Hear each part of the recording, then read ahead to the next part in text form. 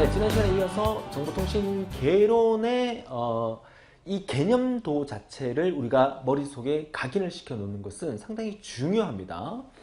다시 한번 정리를 하자면 우리가 SNS나 통신을 하기 위한 여러분이 들고 다니는 스마트폰을 단말기라 부르고, 여러분 집에 있는, 학교에 있는, 회사에 있는 컴퓨터를 우리는 단말기라고 불러요. 일반적으로 컴퓨터라고 얘기하는 것은 우리가 어떤 통신을 하기 위한 주 컴퓨터를 우리가 일반적으로 컴퓨터라고 통신에서는 불러요.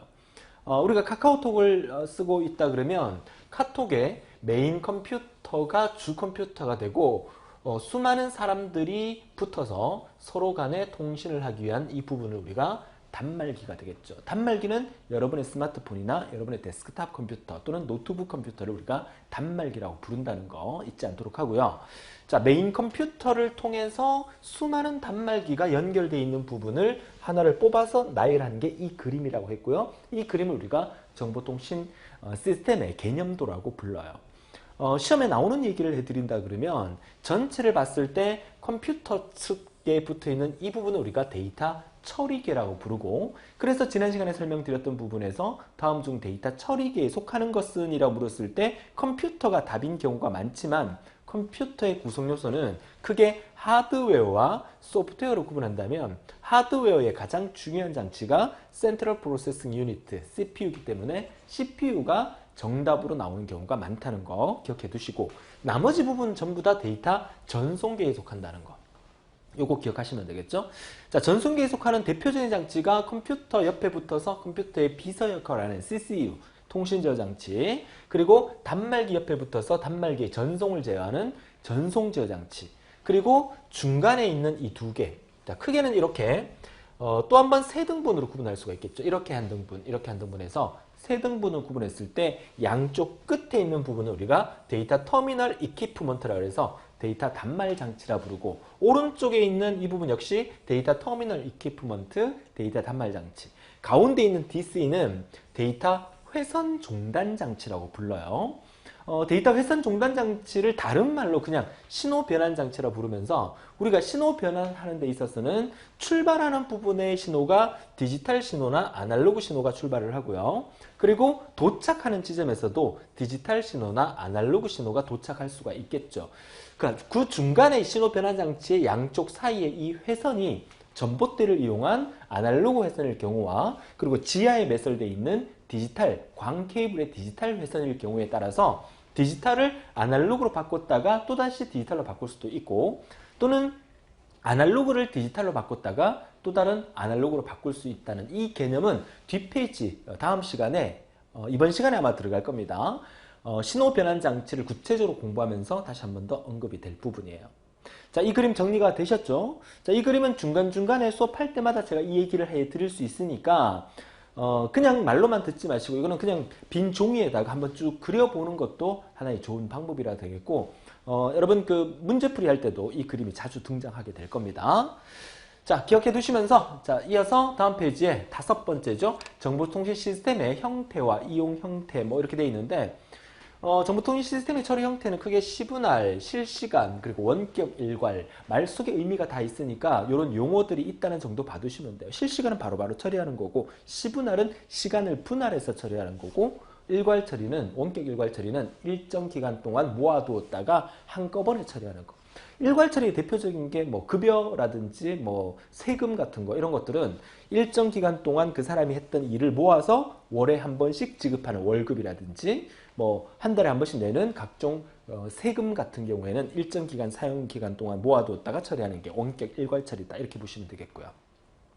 자, 그리고 정보통신 시스템의 이용 형태로서는 데이터 수집부터 조회, 응답, 메시지 교환, 거래 처리, 원격, 또 작업, 그리고 컴퓨터, 통신망, 네트워크, 이런 것들이 전부 다 정보통신 시스템에서 이용이 되고 있다는 거죠. 자, 한번 쭉 훑어보시고 넘어가겠습니다. 자, 6번째는 정보통신 서비스의 그 응용 부분에서 기간통신 서비스 그리고 부가통신 서비스로 구분되는데, 한마디로 얘기하면 통신을 서비스해주는 업체는 여러분 주위에 많아요. 그죠? 여러분 주위에 많다고 봤을 때 기간통신과 부가통신을 구별하는 방법은 메인 통신회사, 한마디로 KT라고 보시면 되겠어요. KT라는 부분이 과거에는 우리나라가 KT 업체 이름이 한국통신, 그리고 한국 뭐 전신전화국 이런 개념이었죠. 그래서 국가의 근간을 이루는 기간통신망을 우리가 KT 사업체라 그러면 그 외에 부가적인 통신, 그러니까 KT로부터 어떤 회선을 임대해서 여러분한테 각종 서비스를 예를 들면 뭐 그 060 서비스라든지 본 요금은 그 060 서비스 이런 거 전화를 하게 되면 이 서비스는 본 통신 요금 외에 뭐 분당 얼마씩 더 추가가 됩니다. 이런 얘기가 있죠. 그러니까 본 통신 요금은 KT 기간통신에 내는 거지만 부가적인 서비스를 얻기 위한 부분은 그 부가통신 사업자에게 낸다. 이렇게 보시면 되겠어요. 알뜰폰 이런 개념은 부가통신 사업의 개념이라고 보시면 되겠습니다. 자, 그래서 시내 국제전화 전용회선 고속 데이터 서비스라고 되어 있는데 사실 이 부분은 조금 옛날 말이기도 합니다. 오늘날은 광 케이블로 쓰여지고 있다고 보시면 되겠고, 뭐 이동전화 무선 호출 뭐 삐삐 얘기하는 거죠. 뭐 이런 얘기들은 전부 다 기간통신 사업자가 하는 일이라고 보시면 되겠고, 물론 기간통신 사업자 회선을 임대받아서 과거 삐삐나 이런 것들 중에서 그 부가통신 사업자들이 운영하는 그런 업체도 있었다는 것도 알아두시면 되겠고, 부가통신 서비스로서는 뭐 PC통신이나 오늘날 인터넷 같은 경우에 전부 다 부가통신 사업자다. 뭐 060, 070 서비스, 700 서비스 뭐 이런 것들이 되겠죠. 자, 이렇게 해서 우리가 지난 시간에 시간이 조금 모자라서 끝내지 못했던 부분을 이번 시간에 이렇게 복습 겸 마무리해 드렸고요. 이번 시간에 해야 될 일은 본격적으로 정보통신 기기에 대해서 배울 겁니다. 통신의 두 번째 강의다. 이렇게 보시면 되겠습니다. 자, 지금 이 강의는 사무자동 산업기사의 정보통신 개론과 그리고 정보처리 산업기사의 정보통신 개론과 똑같이 나가고 있는 그런 강의이기 때문에 통신의 두 번째 강의다라고 정리하시는 게 맞겠습니다. 자, 우선 본격적으로 단말기기에 대한 얘기가 나오죠. 빠르게 그림 한번 그려볼까요? 좌측에 컴퓨터가 존재를 하고 맨 마지막에 단말기가 존재를 합니다.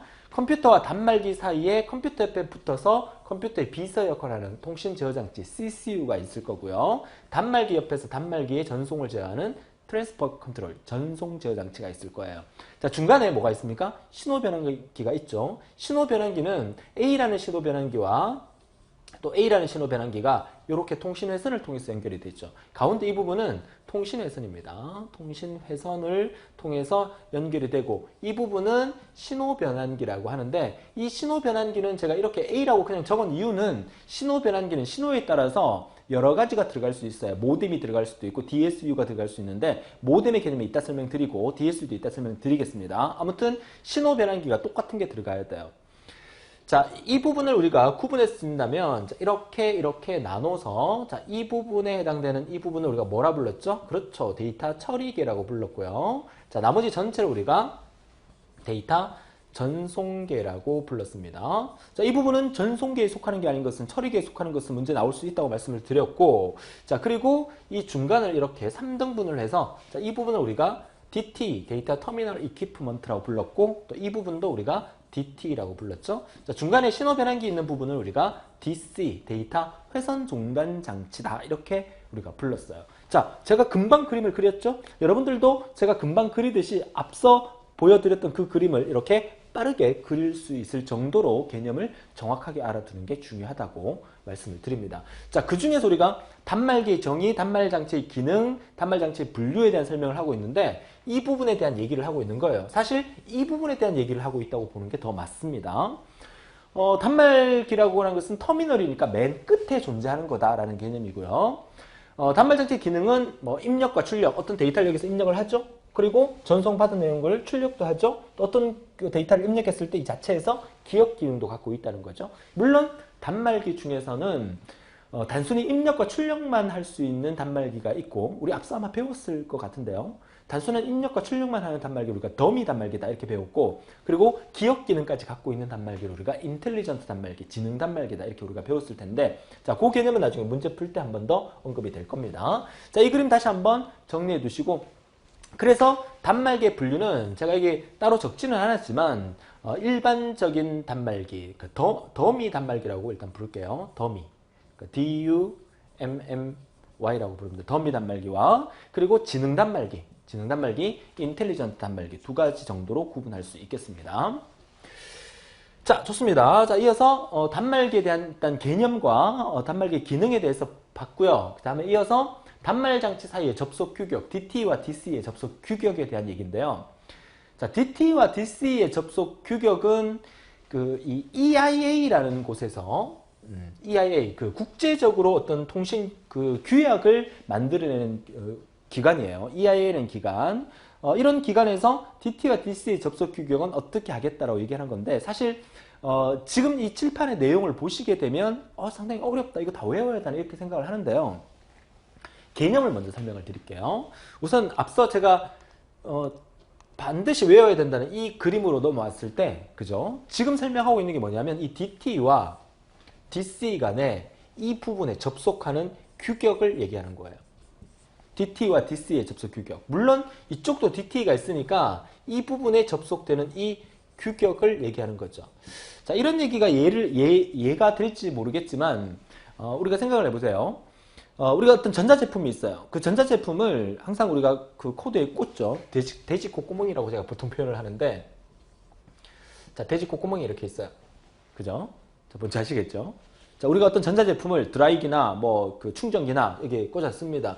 우리나라에서는 아마 이게 220V 정도가 되겠죠? 220에서 한 240 정도 볼트가 나오는데, 우리가 이제 충전기나 이런 것들을 그 해외여행을 가게 되면 해외의 모텔이나 또 해외에 거주하는 지역에 들어가게 되면 각 나라마다 이 돼지 콧구멍 모양이 조금 달라요. 그죠? 저기 호주, 뉴질랜드 쪽에는 아마 이렇게 생겼을 거예요. 아마 이렇게도 생겼을 것 같고요. 또 미국 쪽으로 가면 그냥 옛날에 우리가 110V 쓰던 시대가 있었는데 이렇게 일자 두 개로 이렇게 뭐 쓰는 나라도 있고요. 그러면 우리나라 제품을 외국에 들고 갔을 때 이거 꽂으려면 못 꽂잖아요. 그러면 뭐가 필요해요? 그쵸? 이거 무슨 전환잭 같은 거 있잖아요. 그죠? 그거 꽂아서 쓰기도 합니다. 그런데 만약에 우리나라가 220V인데 여기는 뭐 240V다. 여기는 뭐 110V다. 110V, 220V의 개념은 전기적인 개념인데 우리가 사실 몰라도 상관은 없는데 이게 크고 이게 작다는 건 알잖아요. 그러면 240V에서 쓰던 거를 110V에 꽂으면 전압이 낮아서 그 제품이 작동이 잘 안 되는 경우도 있고, 이 110V에 맞춰져 있는 제품을 240에 꼽으면 전압이 너무 높아서 그 기기가 망가지는 경우가 생길 수도 있겠죠. 자, 이런 것들을 국제적으로 표준화시키면 얼마나 좋을까요? 전 세계 모든 나라의 돼지 콧구멍이 다 이렇게 생겼다. 그러면 제품 만드는 회사에서도 한 가지만 해서 전 세계적으로 수출하는 데는 아무런 문제가 없을 거 아니에요. 그쵸?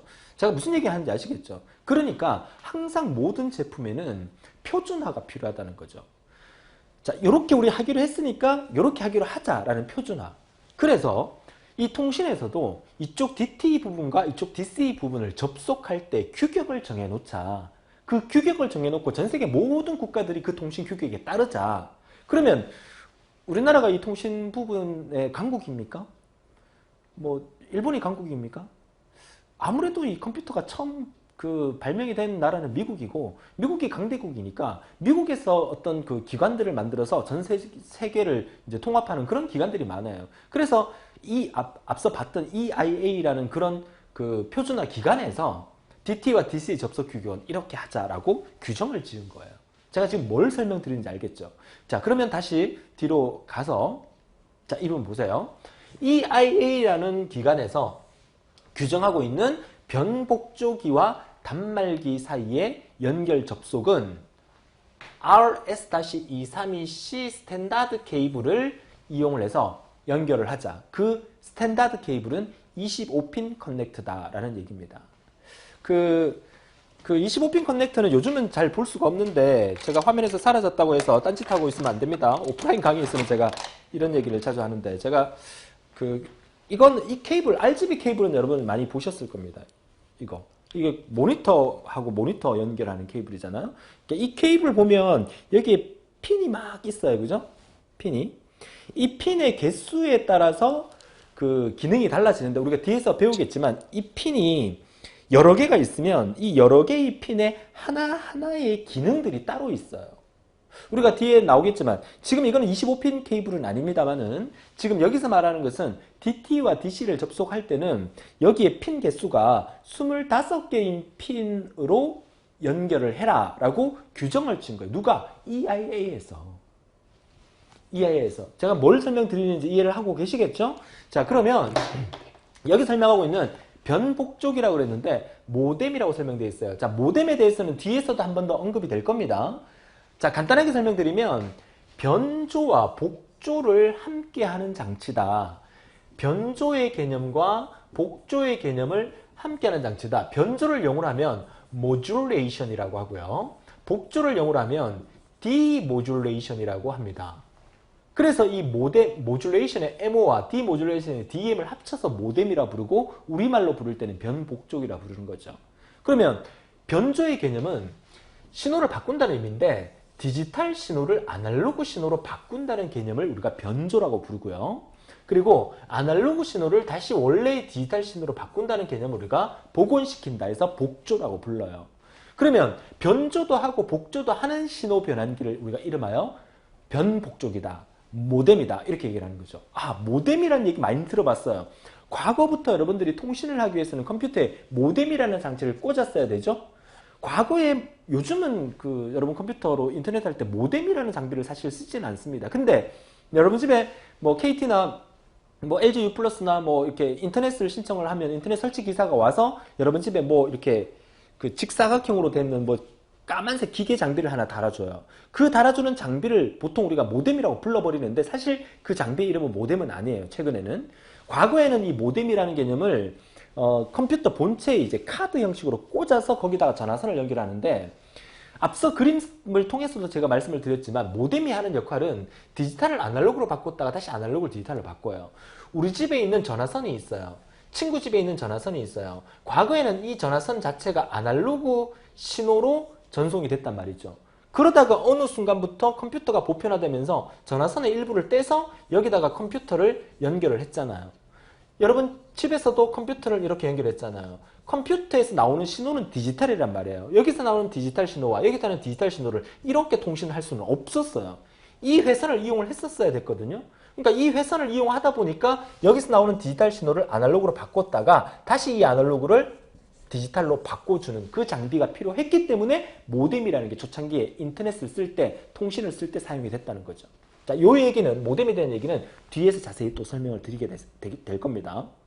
자, 정리가 되시죠? 자, 그렇다면 이번 페이지에서 여러분이 기억해야 될 거는 EIA라는 데서 모뎀이라는 거를 이용을 해서 DT와 DC를 연결할 때 RS-232C라는 25핀 커넥터로 연결을 하라라고 EIA에서 규정을 지었기 때문에 전 세계 모든 컴퓨터 연결에서는 이 RS-232C 케이블을 쓰고 있다는 거죠. 아까 보여드렸던 이거는 모니터를 연결하는 케이블이지만 이거보다 조금 더 크게 나와서 25개의 핀이 되어 있는 이 커넥터로 DT와 DC 사이를 연결했다. 이렇게 개념 잡으시면 돼요. 그죠? 자, 그래서 이번 페이지에서 알아두셔야 할 내용은 단말 장치 사이의 접속 규격 DT와 DC를 접속하는 시점은 EIA라는 곳에서 규정하고 있는 RS-232C 스탠다드 케이블을 이용해야 된다. 그 RS-232C 스탠다드 케이블은 25개의 핀으로 구성되어 있다. 자, 그러면 그 25개의 핀 중에서 1번 핀은 무슨 역할을 하고 2번 핀은 무슨 역할을 하고 3번 핀은 무슨 역할을 다 있단 말이에요. 그거 다 외워야 됩니다, 사실은. 그렇지만 우리 사무자동화나 정보처리 산업기사의 정보통신 개론에 나오는 문제에서는 딱 몇 개밖에 안 나왔었어요, 지금까지. 그래서 그 나온 것 중에서 2번 핀이 하는 역할은 송신 데이터에 관련된 기능을 하고 있고요. 3번 핀이 하는 역할은 수신 데이터의 신호를 취급하는 기능을 하고 있다. 이 정도만 딱 기억해 두세요.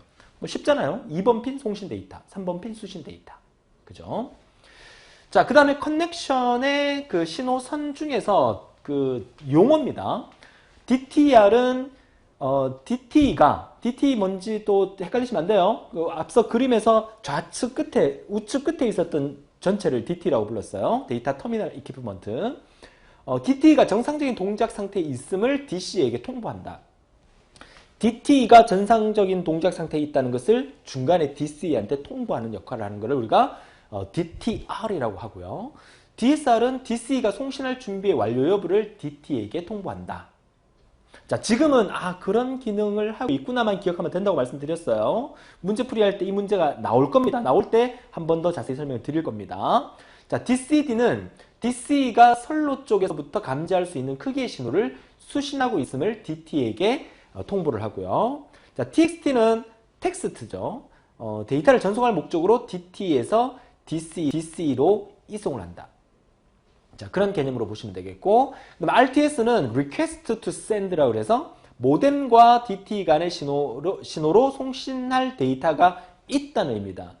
자, 그래서 앞서 그림에서 계속 보셨듯이 왼쪽에 DT와 오른쪽에 DC, 가운데 DC, 그리고 컴퓨터 쪽에 DT 중에서 통신을 해서 데이터를 계속 주고받는다. 우리가 들고 다니는 스마트폰으로 계속해서 친구랑 데이터를 주고받을 때 메인 서버를 거쳐서 친구랑 주고받는단 말이죠. 그때 그 모든 기능들이 우리가 모르지만 우리는 그냥 문자를 보내고 받는 기능으로 문자만 확인하지만 전자적인 신호들이 이러한 과정을 거치고 있다는 거죠. 자, 우리가 이 내용을 지금 외울 필요는 없어요. 우리가 기억해야 될 것은 그런 커넥션의 신호들이 이러한 신호들을 가지고 동작을 하고 있었구나 라는 것만 기억해 두시면 돼요. 그죠? 자, 좋습니다. 자, 넘어가서 나중에 문제풀이 할 때 이 용어들이 나오면 그때 본강의 선생님이 한번 언급했는 적이 있던 것 같아 라고 기억하시면 성공한 거예요. 그죠? 본강에서 부담을 드리고 싶지는 않습니다. 그냥 재밌게 들으라는 거 다시 한번 말씀을 드리고요. 자, 단말기의 구성 부분에서 이제 전송 제어 장치, 입출력 장치, 또 단말기의 분류 나오는데 앞서 했던 게 좀 반복해서 나오는 부분도 있어요. 자, 전송 제어 장치 TCU라고 하는데 이거 어디 있던 거예요? 우리 그림에서 단말기 있었고 그 다음에 단말기 바로 옆에서 TC라고 존재했었죠. 그거 얘기하는 거예요. 단말기의 전송을 제어하는 장치입니다. 회선 접속부와 회선 제어부와 입출력 제어부로 구분한다. 자, 우리가 여기서 모뎀이라는 걸 통해서 신호 변환 장치를 통해서 이렇게 컴퓨터 쪽으로 연결되잖아요. 그럼 이 접속하는 부분에서 회선 접속부 또 회선을 제어도 해야 되고 접속도 해야 되고 그리고 입력과 출력을 제어도 해야 되겠죠.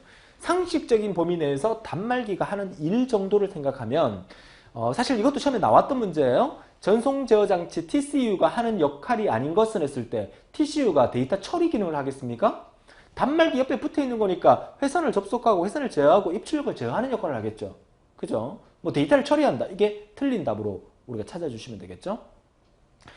자, 입출력 장치 부분은 여기서 우리가 단말기를 쓴다고 봤을 때 우리가 스마트폰으로 데이터를 입력하고 화면을 통해서 출력을 받고 있긴 하지만 그 외에 과거로 돌아간다면 그 통신의 이 장치, 정보통신 회선 구성도 앞서 보여드렸던 그 그림이 지금도 그 그림에 의해서 사용되고 있지만 초창기로 넘어간다 그러면 입력부에는 키보드와 또 OMR 카드 이런 것들이 입력부에서 사용을 했었어요.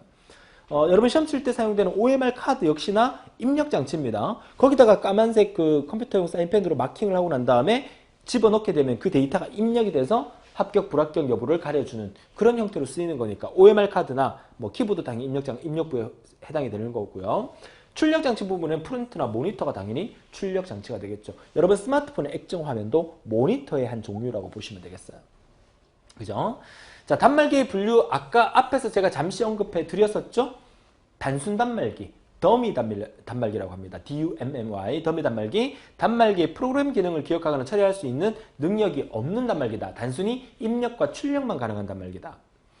지능형 단말기는 인텔리전트 단말기로서 단말기 자체에 마이크로 프로세서를 부착을 해서 그러니까 여러분 집에 있는 컴퓨터가 이 지능 단말기라고 보시면 돼요. 그러니까 여러분 집에 있는 컴퓨터나 스마트폰 자체에 CPU가 있잖아요. 그러니까 어떤 데이터를 기억하고 데이터를 처리하고 해서 그 결과물을 보내는 거니까 그래서 단말기에 마이크로 프로세서를 부착해서 단말기 자체에서 간단한 데이터 처리가 가능하도록 한 오늘날 쓰는 대부분의 단말기를 우리가 인텔리전트 단말기다 이렇게 표현을 하는 겁니다.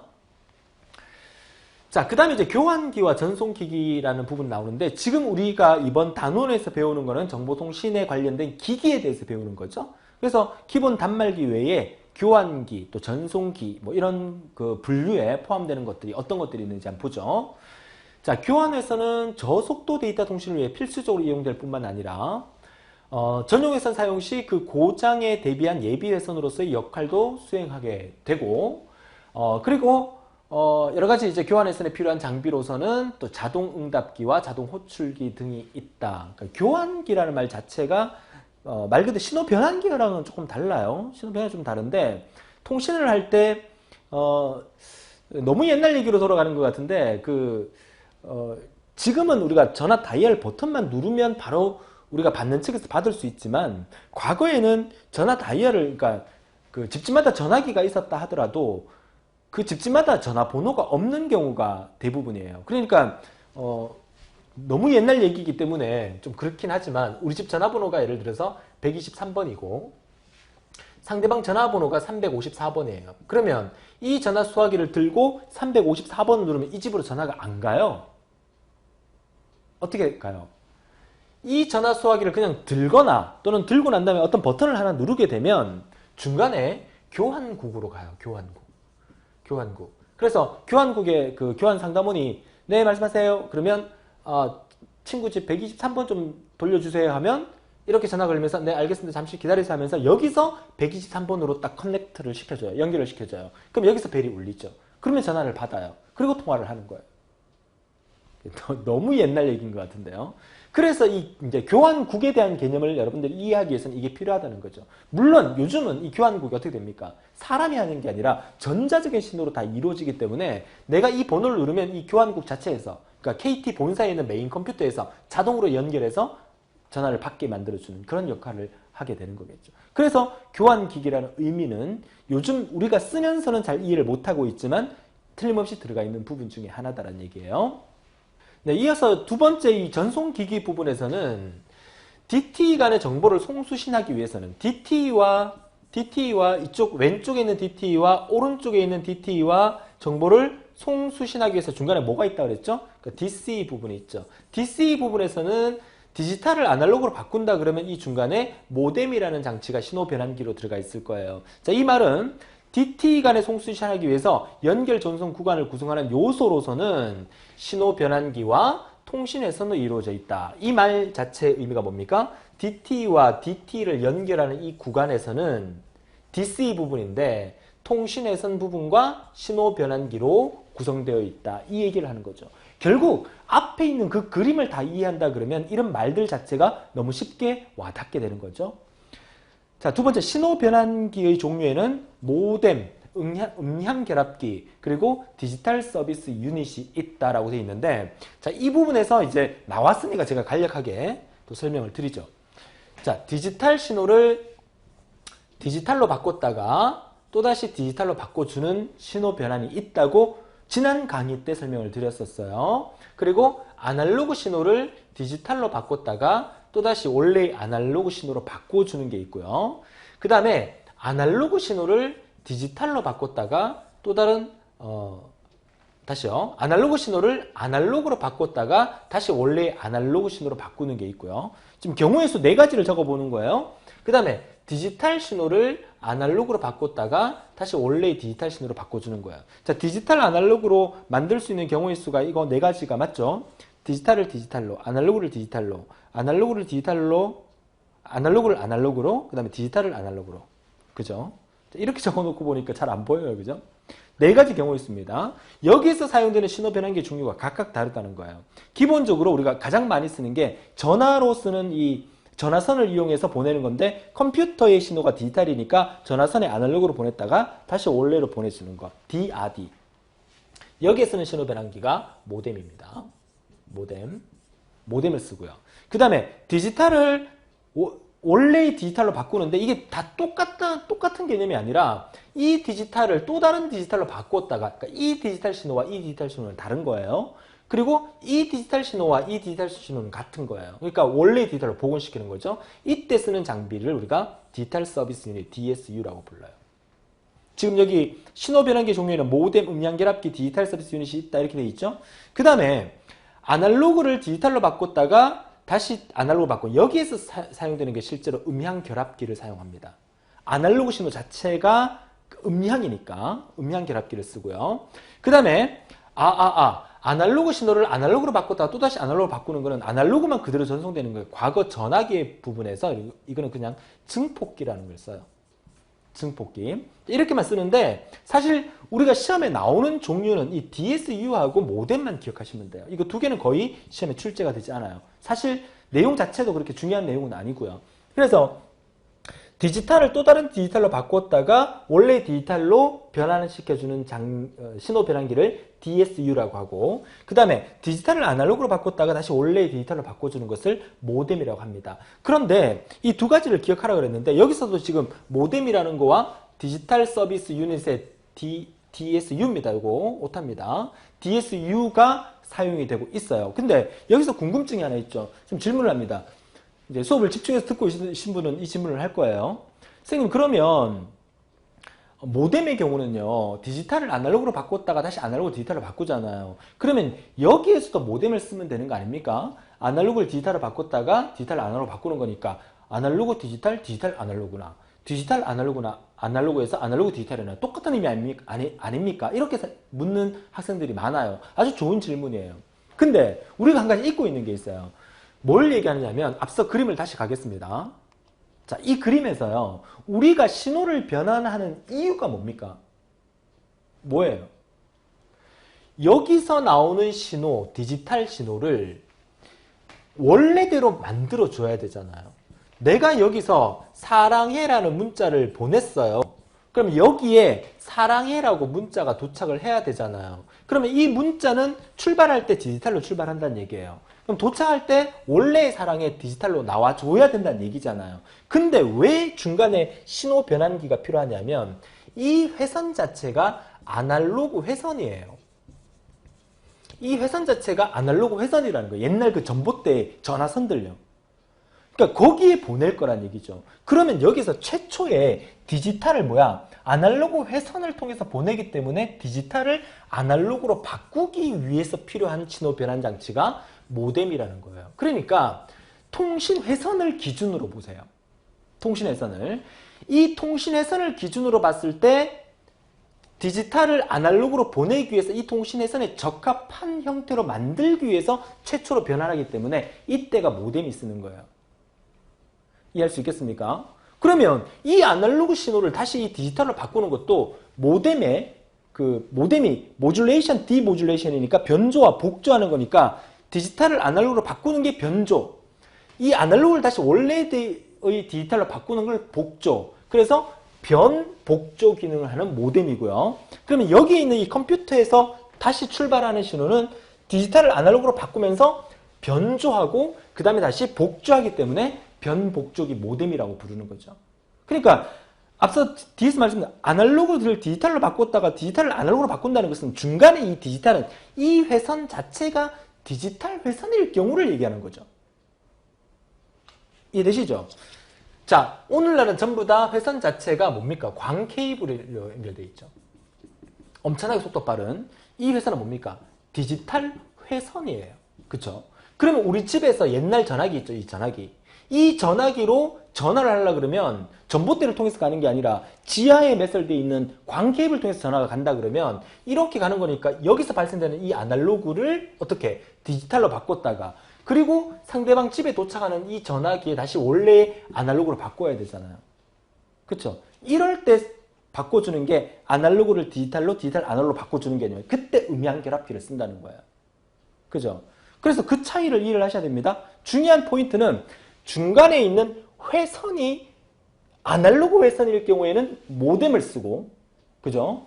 중간의 회선이 디지털 회선일 경우에는 디지털 서비스 유닛이라는 DSU를 쓰거나 또는 출발 신호가 아날로그였으면 음향 결합기를 쓴다는 거예요. 그러면 우리가 기억해야 될 거 가장 중요한 거 딱 한 가지는 이 중간의 통신 회선이 디지털 회선이냐 아날로그 회선이냐 지하에 매설되어 있는 광 케이블이냐 전봇대로 가는 그냥 전화선이냐 이거에 따라서 출발하는 신호가 디지털일 경우에 그러니까 요즘 나오는 신호가 다 디지털이니까 출발하는 신호가 디지털인데 이렇게 디지털로 가게 되면 뭘 쓴다? DSU를 쓰고 출발하는 신호가 역시 디지털인데 이렇게 가게 되면 모뎀을 쓴다. 이렇게 기억하면 딱 정확한 거죠. 그죠? 네, 좋습니다. 자, 다시 가서요. 자, 이 부분 다시 한번 정리가 되시겠죠? 그래서 전송기기 부분에서 신호 변환 장치의 종류에는 모뎀과 디지털 서비스 유닛이라는 DSU 두 가지만 딱 기억을 해주세요. 자, 넘어가겠습니다. 자, 대중화 장비, 죄송합니다. 다중화입니다. 오타가 이번 페이지에 좀 있네요. 자, 멀티플렉서, 다중화 장비입니다. 자, 다중화의 의미로서는 여러 개의 단말기 등이 하나의 통신회선으로 데이터를 전송하는 장비다라고 되어 있는데 아주 중요한 포인트예요. 앞서 계속 그렸던 그림이 카카오톡의 메인 서버에 수많은 단말 장치가 연결되어 있죠. 그쵸?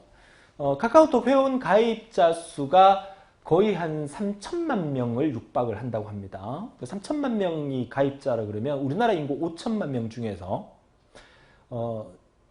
아직까지 유치원생 이하의 어린이들이나 또 60, 70대의 노인분들은 거의 뭐 90% 이상이 안 쓰고 있을 거니까 그 사람들 빼고 우리나라 인구 전체가 가입을 다 했다고 보시면 되죠. 엄청난 그 맨파워를 갖고 있는 회사입니다. 자, 그러면 수많은 단말기가 이렇게 연결돼서 이게 동시에 접속하게 되면 터져나가겠죠. 그렇죠? 그래서 다중화기를 개발한 거예요. 수많은 단말기들이 하나의 장치, 제가 삼각형으로 그립니다. 이걸 우리가 멀티플렉서, 다중화기라고 합니다. 이렇게 통신회선을 거쳐서 자, 또 다른 다중화기를 통해서 이렇게 통신을 하죠. 그러니까 수많은 단말기들이 다중화기를 통해서 이렇게 연결되게 되면 훨씬 더 수월하게 연결할 수 있다. 그림으로만 봐도 좀 간단해 보이지 않습니까? 그죠? 그 개념으로 보시면 돼요. 이게 다중화기입니다. 여러 개의 단말기들이 하나의 통신선으로 데이터를 전송하는 방식이고요. 자, 다중화기의 종류에는 크게 세 가지가 있는데 이것도 기억해 두세요. 주파수를 분할하는 다중화기가 있고 시간을 분할하는 다중화기가 있어요. 그리고 주파수 분할 다중화기와 시분할 다중화기에 대한 개념을 뒤에서 다시 한번 설명을 드릴 건데 자, 주파수를 영어로 뭐라 그러죠? 프리퀀시라 하죠. 프리퀀시. 그래서 프리퀀시 디비전 멀티플렉스라 그래요. 주파수를 분할하는 다중화기. 영어로도 자주 나옵니다. FDM 이러면서 기억해 주셔야 되겠습니다. 채널 간의 완축 지역으로 가드밴드가 필요하고 1200보, 요 1200보라고 이거 BAUD를 보어라고 읽습니다. 보어. 1200보 이하의 비동기에만 사용되며 구조가 아주 간단하다고 되어 있는데 자, 말 속에 의미가 상당히 많은데 이것도 나중에 우리가 신호 변환 부분에서 한 번 더 언급이 될 거예요. 그렇지만 지금 여기서 핵심 키워드 몇 가지만 기억을 좀 해주세요. FDM은 비동기에 사용되고, 그죠? 1200보 이하라는 말은 속도가 느리다는 말로 기억해 주세요. FDM. 주파수 분할이니까 주파수를 나눈다는 말은 의미 속에 있으니까 따로 외울 필요는 없겠죠. 자, 시분할 다중화기는 타임 디비전 멀티플렉스겠죠. T가 타임입니다. 시간을. 그래서 다중화 단말기의 속도 차이로 버퍼라는 게 필요하고 이 버퍼라고 하는 것은 BFFER 임시 저장소입니다. 임시 기억 장소라고 보시면 되겠어요. 그래서 주파수 분할 다중화기보다 속도가 빠르다는 거. 그러니까 FDM과 TDM을 비교한다 그러면 TDM의 속도가 빠른 거예요. 더 좋은 거예요. 근데 주파수 분할 다중화기에 또 장점도 있어요. 그건 뒤에서 얘기해 드리도록 하고 아무튼 FDM은 저속이고 비동기에 사용되고 주파수 분할, 시분할 다중화기는 주파수보다 속도가 높다. 그래서 그 속도 차이 때문에 버퍼라는 걸 이용한다는 거. 자, 다음 페이지 그림을 통해서 한번 보도록 하죠. 이 그림이 시험에 잊을만 하면 한 번씩 등장해요. 이 그림이. 자, 그림을 제가 이거 캡처해서 이제 보여드리는데 화면이 잘 보이시죠? 그죠? 차이가 뭐냐면 얘가 이제 주파수 분할 다중화에 대한 그 그림이고 얘가 시분할 다중화에 대한 그림인데 축만 보세요. 얘는 이게 주파수 축이에요. 그죠? 얘가 시간 축이에요. 분할한다는 의미죠. 그러니까 시간 축에서 채널을 이렇게 분리시킨 거예요. 이렇게 쪼갠 거란 말이죠. 여기에 두부 한 모를 딱 올려놨어요. 칼질을 이렇게 할 수도 있을 거고 칼질을 이렇게 할 수도 있겠죠. 자, 여기가 이 축이 시간 축이기 때문에 시간 축을 기준으로 칼질한 거예요. 채널을. 그러니까 시간 분할이 되겠죠. 자, 주파수 분할 다중화기는 주파수 축이 이쪽이잖아요. 그러니까 이쪽 방면에서 주파수 축에서 칼질을 한 거죠. 그죠? 그래서 그림을 그려놓고 다음 중 주파수 분할 다중화기에 대한 그림에 속하는 것은 시분할 다중화기에 대한 그림에 속하는 것은 했을 때 뭐 문제 맞추는 데는 크게 어려움 없을 거예요. 그죠? 근데 어떤 학생 과거에 이런 친구가 있었어요. 이 그림 시험에 잘 나오니까 외워둬라 하니까 그 친구는 시험 치러 갈 때 어떻게 외웠냐면 저 채널이 가로는 주파수 분할 다중화, 세로는 C분할 다중화. 이렇게 외우고 간 거야. 근데 시험에 어떻게 나왔겠어요?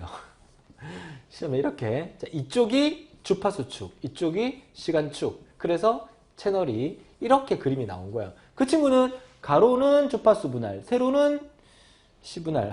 진짜 얼마나 가슴이 아픈지.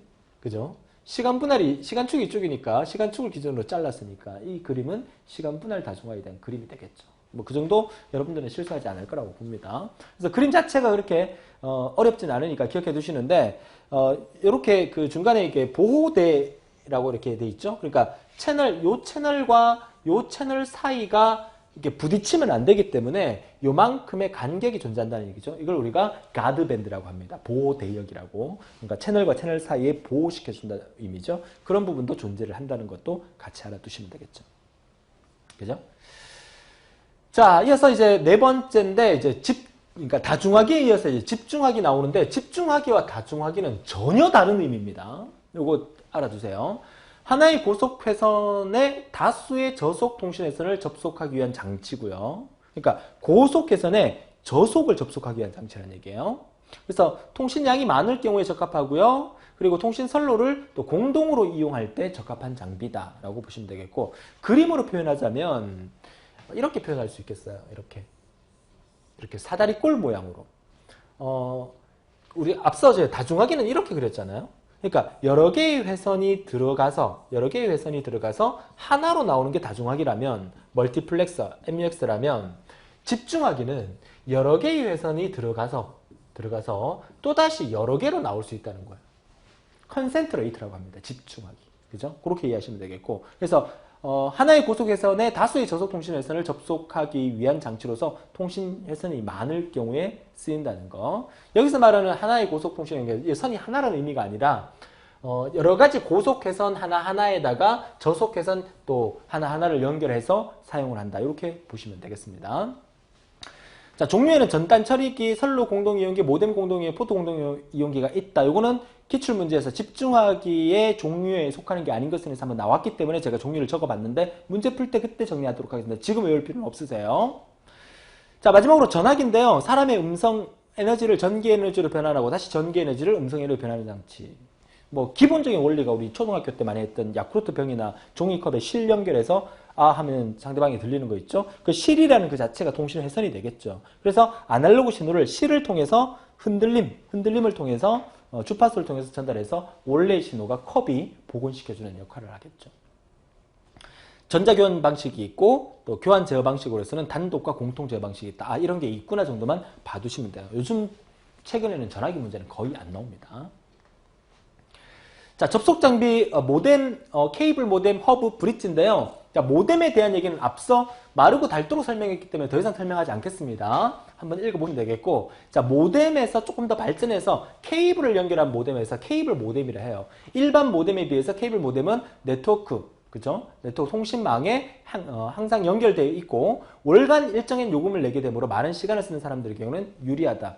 자, 이 개념이 이제 과거로 돌아가서 하는 얘기입니다. 과거 여러분들이 인터넷 쓰려 그러면 여러분 컴퓨터에 모뎀을 장착하고 거기다 전화선을 연결하고 그리고 인터넷 쓰려고 하면 접속을 했었어야 돼요.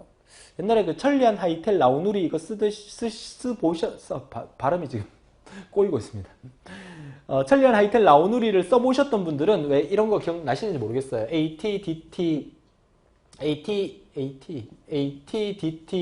01410 하고 엔터를 딱 치면 띠띠띠 뚜뚜뚜뚜 하면서 접속이 돼서 이제 천리안 하이텔 라우누리를 썼던 경우가 있는데 항상 접속되어 있지 않고 연결을 해야만 접속되는 거예요.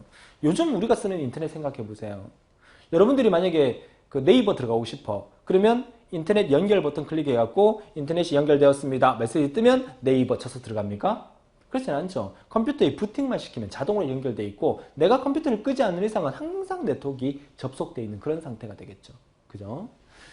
그 해커들이 그래서 항상 연결되어 있는 틈을 타서 여러분이 컴퓨터를 쓰고 있지 않은 상황에서도 접속해갖고 여러분 컴퓨터를 뒤져버리는 그런 해커의 역할도 그런 형태가 되겠죠. 과거처럼 모뎀처럼 접속할 때 인터넷 쓸 때마다 접속한다 그러면 뭐 해커들이 침범을 할 수가 없겠죠. 장단점이 있을 것 같은데 그래도 우리는 항상 열려 있어야 됩니다. 그 시초가 케이블 모뎀이라고 보시면 되겠고요. 허브는 LAN이라는 그 장치가 우리가 뒤에서 또 나오겠지만 로컬 에리어 네트워크 근거리 통신망이죠. 그래서 근거리 통신망에서 수신한 모든 정보를 모든 포트로 전달하거나 반복해주는 리피터의 역할을 한다는 거. 자, 리피터가 뭔지도 뒤에서 나올 겁니다. 자, 브릿지는 다리라는 의미인데 서로 독립적으로 동작하는 두 개의 근거리 통신망을 연결하는 장비다. 그러니까 이쪽에 우리가 뭐 예를 들어서 뭐 인사부서에 사용되는 근거리 통신망 랜과 그리고 관리부서에 사용되는 근거리 통신망 랜을 서로 연결시켜주는 역할을 한다라고 보시면 되겠죠. 패킷을 적절히 중계하고 필터링하는 방식이다. 뭐 패킷, 뭐 이런 용어들 뒤에서 계속 반복해서 나올 거예요. 지금은 이번 시간에는 정보통신기기의 접속 장비로서는 이런 게 있구나 정도 봐두시면 되겠습니다. 접속 장비에 대한 얘기였고요. 이어서 이제 5번째 이제 라우터, 리피터, 게이트웨이도 마찬가지죠. 요 세 개의 삼총사는 시험 문제 자주 등장하는 얘기입니다. 라우터는 동일한, 요게 키워드입니다. 동일한 전송 프로토콜을 사용하던 분리된 네트워크를 연결하는 장치다. 동일한 거를 연결한다라고 보시면 되겠고, 리피터는 역시나 근거리 통신망의 전송 매체상에 흐르는 신호를 정형, 증폭, 중계하는 장치다. 그러니까 리피터의 키워드 역시 근거리 통신망이고요. 그 다음에 게이트웨이는 얘는 동일하지만 얘는 다른 겁니다. 다른 네트워크로 들어가는 입구의 역할을 하는 네트워크 포인트를 게이트웨이라고 합니다. 자, 이런 용어들은 시험에 단골 손님으로 계속 나오기 때문에 정보처리 산업기사나 사무자동 산업기사를 준비하시는 분들은 본 강의 외에 기출문제를 여러 번 풀어보고 가셔야 돼요. 왜냐하면 우리가 공부하는 이 자기성 자체가 문제 은행식이기 때문에 과거 문제에서 반복 출제되는 경우가 많아요. 그렇다고 해서 그것만 믿고 문제풀이만 하고 시험 치러 가면 대부분의 학생들이 50점대로 떨어집니다. 100점 만점에 우리가 60점 이상이면 합격이잖아요. 근데 기출문제 풀이만 혼자서 독학할 수 있어 라는 생각을 갖고 기출문제만 열심히 외워서 시험 치러 가면 대부분이 50에서 55점 사이를 맞고 떨어져요. 근데 본 강의를 듣고 문제를 푼 학생들은 대부분이 제가 장담하건대 7, 80점대로 합격을 합니다. 됩니까?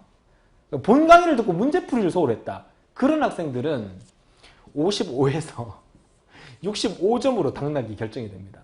본 강의만 들었어. 문제풀이 전혀 안 했어. 시험 치러 갔어. 들어보면 많아. 그래서 열심히 찍었는데 운이 좋으면 60점 합격인데 61점에서 65점 사이에서 합격을 하고 운이 나쁘면 55점에서 60점 사이로 떨어진다는 거죠. 제가 부담을 드리는 말입니까? 여튼 여러분들은 본 강의 재밌게 들으시고 문제풀이 반복하셔서 7, 80점대의 고득점으로 합격하는 그런 여러분들이 되셨으면 하겠습니다. 그게 제 희망이고요. 자, 이렇게 해서 이번 시간 역시나 시간이 조금 길어졌는데 다음 시간은 이제 통신 3강이 될 겁니다. 통신의 3강이 될 거고요. 정보 전송의 기술 부분에서는 또 어떤 기술 부분이 있는지에 대해서 알아보도록 하겠습니다. 자, 이제 통신 2강을 하면서 이제 통신에 대한 개념을 어느 정도 잡았다고 저는 생각을 합니다. 3강, 4강 부분에서는 역시나 본격적으로 시험 문제 나오는 것을 다루도록 하겠습니다. 지금까지 기사친구 대표 강사